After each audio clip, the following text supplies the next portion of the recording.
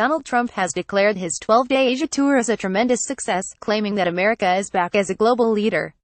The U.S. president did not take questions from reporters, instead delivering an extended account of his five-nation trip, in which he claimed to have unified the world against the North Korean nuclear weapons program, paved the way for a free and open Indo-Pacific, and insisted on free and reciprocal trade relations with the Pacific Rim. The days of the United States being taken advantage of are over, Trump declared in the diplomatic room at the White House. On North Korea, Trump claimed to have had a productive meeting with the Chinese President Xi Jinping, but restated the U.S. rejection of the diplomatic option that Beijing has been promoting, a freeze-for-freeze deal under which Pyongyang would pause its nuclear and missile development and the U.S. would rein in military exercises with its regional allies. Trump did not repeat his prior threats of military action against Kim Jong-un's regime, simply noting the oft-repeated formula that all options remain on the table. The president also claimed to have won agreement from China and other countries in the region to exert maximum pressure on North Korea, but Chinese officials have stressed that Beijing will do nothing to trigger a collapse of the Pyongyang regime.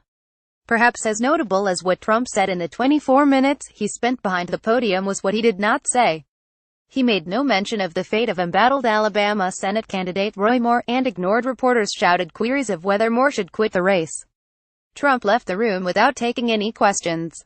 Republican leaders, who have called on Moore to step aside, have been eager for Trump to weigh in on allegations Moore cruelly assaulted and preyed upon teenage girls.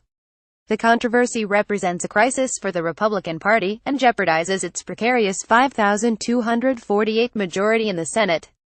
Trump declined to weigh in on the allegations against Moore during his trip to Asia, telling reporters he was focused on his visit. White House Press Secretary Sarah Sanders said last week Trump believes Moore will do the right thing and step aside if the claims are true, but cautioned against a rush to judgment. Trump takes an awkward sip of water during his speech. Photograph Jim Loscalzo Epis. Since those comments, more women have come forward to accuse Moore of UAL misconduct, while reports have also surfaced that the former judge was banned from a shopping mall because predatory behavior toward teenage girls. Trump's daughter, Ivanka Trump, became the first White House official to condemn Moore on Wednesday, telling the Associated Press there's a special place in hell for people who prey on children. I've yet to see a valid explanation from Moore and I have no reason to doubt the victims' accounts, Ivanka, a senior advisor, said. She did not, however, call on Moore to exit the race. The bulk of the president's statement on foreign policy was clearly aimed at his supporters, assuring them he was keeping his election promises on fighting for American jobs. He portrayed the Asia tour as being devoted to renegotiating trade deals in the U.S. favor, getting regional allies like Japan and South Korea to pay more for the U.S. military presence and the protection it provides. Trump claimed he had persuaded Japanese and Korean companies to make investments in the U.S. that would create thousands of jobs. It was not immediately clear how many of those investments were a consequence of Trump's policies and how many had already been planned. He noted that the U.S. and South Korea would soon start talks on a bilateral trade agreement, and said South Korea and Japan were willing to buy billions of dollars in U.S. military hardware.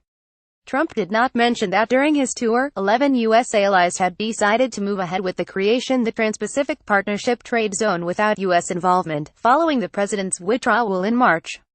Richard Haass, the president of Council on Foreign Relations, said in a tweet that Trump claims to have established a new framework for trade in Asia when the reality is that the U.S. has placed itself outside the best available framework for trade in the region. The country will pay an enormous economic, strategic price as a result, Haass said. Lacking any real news, Trump's speech prompted more headlines for an awkward pause in which the president reached for a sip of water.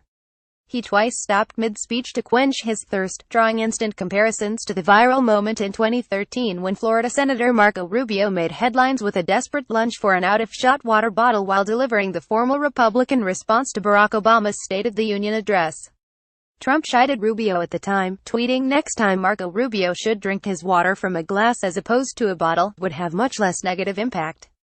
The incident even made its way to the 2016 Republican primary, when Trump mocked Rubio, then his opponent, over the infamous moment.